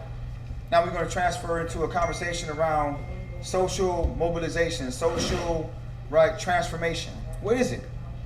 Right? We talked about ghetto, right? We talked about how, ghettos are the product of actual pre-existing systems, right? Classism, right? You can translate the word ghetto into like a half-knot, right? But what do you mean by social transformation? Like how, not what do you mean? I think that's kind of self-explanatory, but how? How do you mobilize human beings towards certain aims and certain goals? Specifically, let's talk about building communities' capacity to address structural and systemic conditions that they're facing on a daily basis. How do you mobilize communities to achieve that particular goal? I think first you have to have the space where communities feel like they can go to discuss this thing. So you have to cultivate the discussion first, because everybody ain't gonna be on the same page, and people want to make sure that what their opinions are, the opinions that they have, they can sharpen those opinions, and sharpen their arguments on that. And like we talk about here, you can't shoot something down without having an alternative to it. Yes. So for the people that's not on the same page, how can you go and kind of understand other positions and figure out what the alternatives are? Absolutely. So first you need the space. And space could be physical, virtual, some type of space where people feel that their ideals and their contributions may be welcomed. Absolutely. Right? Absolutely. Even though they may be not as traditional, right? They're welcome. And they might be emotionally charged. Emotionally charged, exactly. So helping them, manage that emotional, amplified emotional state because of their frustration. Yeah. Right? So you have to have, I wouldn't use the word safe space, but you have to have a welcoming space. You have to have a welcoming space where people feel like they can begin to resist. Yeah. Right? You know what I'm saying? And explore ways of resisting. I would also add that from that space or spaces, there has to be an intentional aim and goal, right, to create spaces in the community where the community is at. I believe that one of the most brilliant mechanisms that's been used throughout history when it comes to social movements is that the people who were socially mobilizing, right, found a way to actually go to the places where people were residing and to engage in the things that they was doing when they was residing. So whether it was music, whether it was sports, whether it was actual, preoccupation with the kids, giving the kids something to do, right? You have to go be present in the community, right? And if you're from the community, you have to take it a step further beyond being present. You have to come and present something additional to the community. If you're in the community already, you're from the community, right? Sitting on a soapbox and just talking, right, won't necessarily serve it. You have to be able to offer additional, right, activities and additional opportunities for the community to want to even hear what you're talking about, right? And if you're not from the community and you're looking to step into a space, you're a newcomer to a particular city, you have great ideals and you want to be able to help that community do something that's significant for itself, then you have to examine that community and find out, is this a kid-oriented community?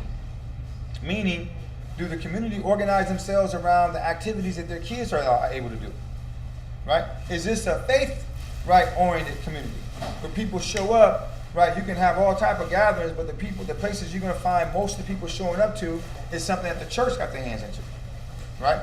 Is this a music, right, governed community, right? Do people only show up if they can dance, right? Or if they can be entertained, right? Once you understand and you study, because every community has its own unique nuances. They have their own unique idiosyncrasies, right? And you have to begin to actually study what is that community's idiosyncrasy, what is that cultural uniqueness about that particular community. Once you learn that, then you have to begin to see, okay, what type of activities and what type of actual programs can I actually develop so that when I'm actually going to the community, we're not talking about the community coming to us, right? That's one part, I agree. You have to have a space, a welcoming space, right? But that welcoming space then has to become a catalyst, right, for actual activity outside that space. And when you go back into the community, you have to take the time to study that community. And I'm gonna say this right here, what is that community's love language? Right? Once you understand that community's love language, then as an organizer, an activist, as an actual promoter of health, whatever it is that you're trying to achieve, you then begin to engage that community under the premise of actually speaking this love language. Yeah. In action. Right? In action. Is it food? Right? Like my personal belief that the love language of Wilmington, North Carolina is music and food. Yeah, absolutely, yeah. I mean, and food more so, you know what I'm saying? Like, if there ain't no food there, we ain't figured out the food. But the reality is, you ain't gonna get everybody on food because everybody here don't eat just anybody's food. That's true. That's true. Right? So you have the food, you have to say, okay, what is the other incentive to get them out there? Right? Music and something for the kids. Yeah. And you'll get numbers. Yeah. You can argue that's probably the case for most environments, but that's not necessarily the case. You got some cities and whatnot, you can get people out, right, you know what I'm saying, with educational poetry type, you know what I'm saying, events where, right, entertainment and opportunities for them to entertain each other, open mics or whatnot. In some cities, right, is that thing that's going to galvanize that type of active, right, type of community space, right, where you get minds that's willing to actually look for change and look for transformation. So the first thing is learning the community's love language. Learning to speak the community's love language. How do you learn the community's love language? You got to pay attention, man. You got to be humble. You got to be humble enough to actually know that everybody's not the same and everybody moves a little bit different. We're not a monolith, like, you know what I'm saying? We're not a monolith, man. Yeah. Like, you have to be willing to say, just because I'm a person of African descent, I got melanated skin, and you know what I'm saying, I may be Muslim or I may be Christian, that's not an automatic, you know what I'm saying, like, how you want to say, absolute, that I understand that population of people that I'm just now meeting.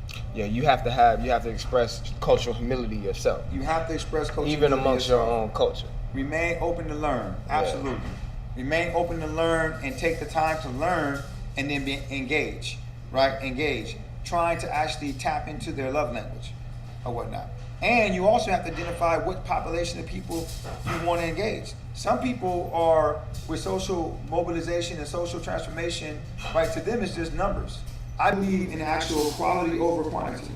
I believe that give me a small group of individuals that are consistent, right, brilliant, and actual dedicated, to me is more valuable than, you know what I'm saying, 100 individuals that's just there because of whatever love language I'm speaking.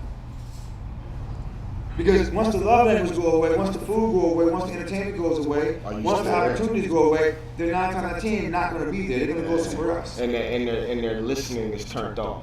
It's not turned off, but they're not activated in a way to where you have to convince them.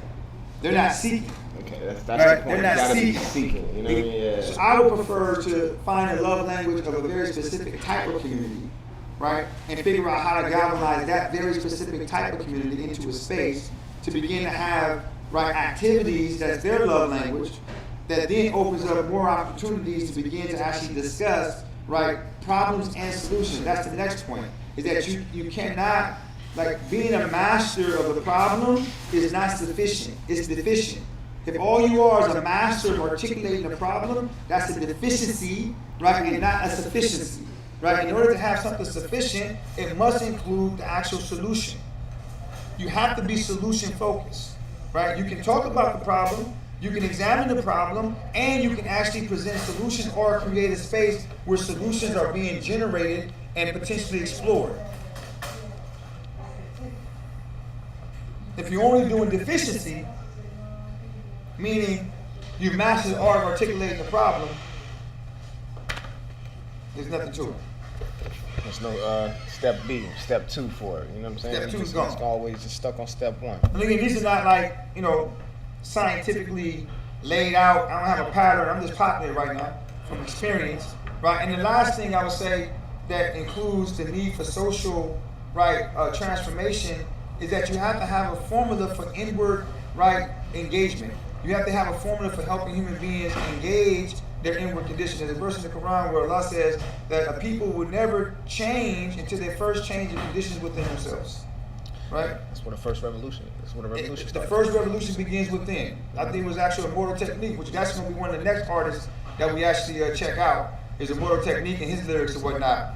But he talked about the revolution begins inside the actual mind of the child, right? I would argue that it begins in the heart of the child, but nonetheless, though, what's consistent that it begins within, right? And it begins within the most, right, undeveloped of us, amongst us. Because the more developed you are, the more difficult it is to actually help you to actually rethink or to unlearn what you've learned. Absolutely, because I mean, in the debate of nature versus nurture, it's how we're nurturing our youth to be able, like, the society that they are going to inherit Tomorrow, and inherit and kind of like they're influencing.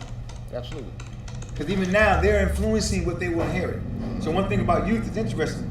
We leave the youth something, right? But the youth bring something with them. They're developing a culture amongst them now. Yeah. Right? They have a certain language in which they communicate, a certain interest that they have that is unique to what other generations didn't have. So not only are they inheriting what it is that we have, right? But they're bringing with them an inheritance. And an inheritance either going to be a positive or a negative. Or both. Most cases it's going to be both. So for me, social transformation then concludes once I've actually found a way to help those individuals in that space that I've actually been able to attract their attention. That when they come, the first thing that we can actually begin to explore is how to remove the oppression from amongst us. Like you can't remove oppression around you if you haven't addressed the oppression within you, right? You can't be an advocate against injustice, right, when you see it, whenever you see it, if you yourself, right, is comfortable with your behaviors of injustice. Yeah, you participating in injustice. You participating in it, right? Yeah. And the environment that we're creating, you can't give what you don't have. So the environment that you're creating as a small unit, as a small cell, right, that's going to drive this social mobilization, this social transformation, it needs to be a culture, right, that's wholesome and healthy. It needs to be a culture where trust is not easily broken and lies is not a norm and competition is not something that's undermining us. It needs to be a type of culture that is empowering, right, because you can't give power if you don't have power. And there is no power except for the one who understands that everything, again, I'm not going to, what that is, that's going to my belief system, but I have a belief system. I don't believe there is no power except for the power that's gained in the law. That's been the power that's gained in God. That's just me, right? But I'm going to try to help the human being align themselves back to whatever is responsible for creating and sustaining everything in existence. Once you have that, then we can begin talking about how to improve the conditions of the society around us. Because if you don't have that, or some form of that, right, then what are your improvement strategies. So you're talking about breaking cycles. You have to recalibrate. You have to break cycles unhealthy cycles, not all cycles, right? Unhealthy cycles. And get into healthy routines. You know what I mean? Break cycles, find healthier routines. Culture, Healthier routines of understanding, communication, problem solving, right? All those things. And that's social transformation.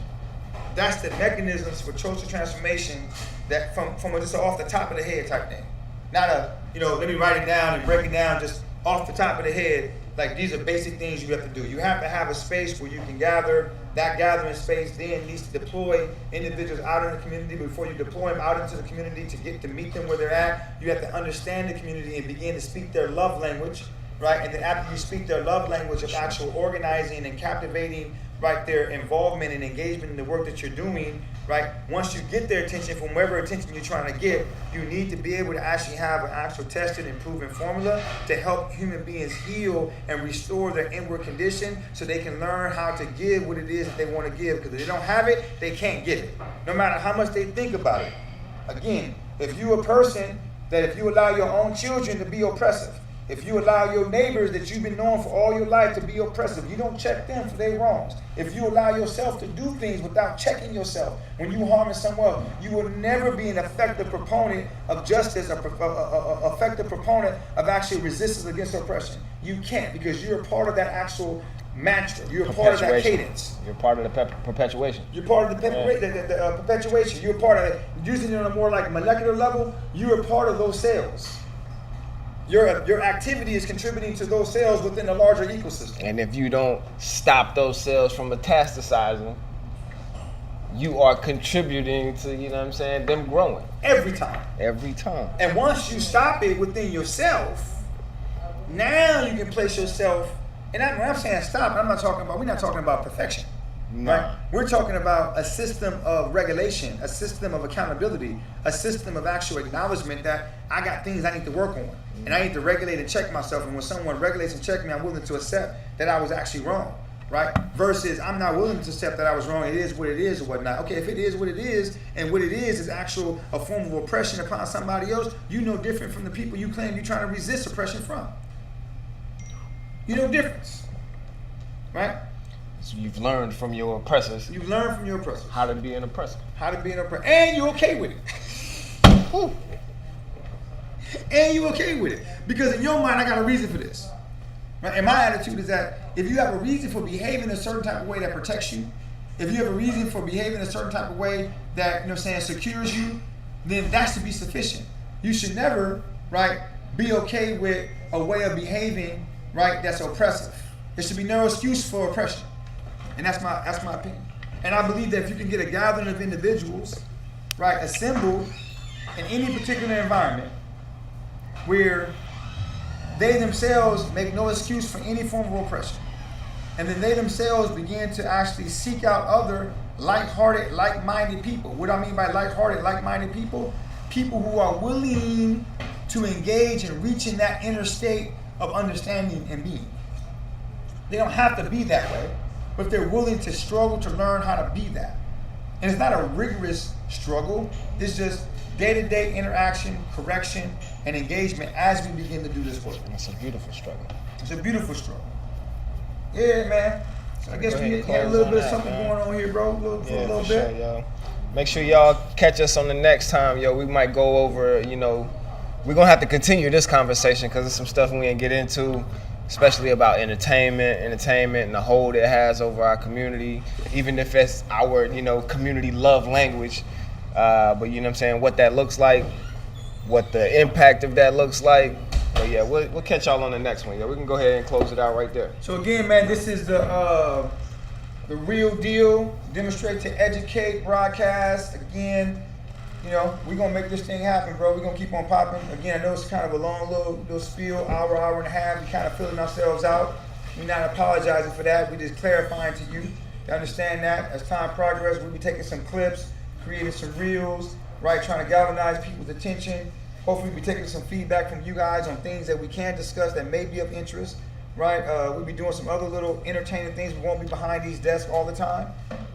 But you know, we're gonna get at it, bro. Like, you know what I'm saying, we're gonna figure it out. We're broadcasting from Sokoto House, 1213 Dawson Street in the Cape Fear region. For those that may be in other places in North Carolina, that's southeast North Carolina. This is the home of the Tuscarorean warriors, you know what I'm saying, indigenous people here in these lands, the land of the people of 1898, you know what I'm saying, who went through a traumatic, you know what I'm saying, treacherous type of terrorism, form of terrorism that they've been having to live with and they're still living with here.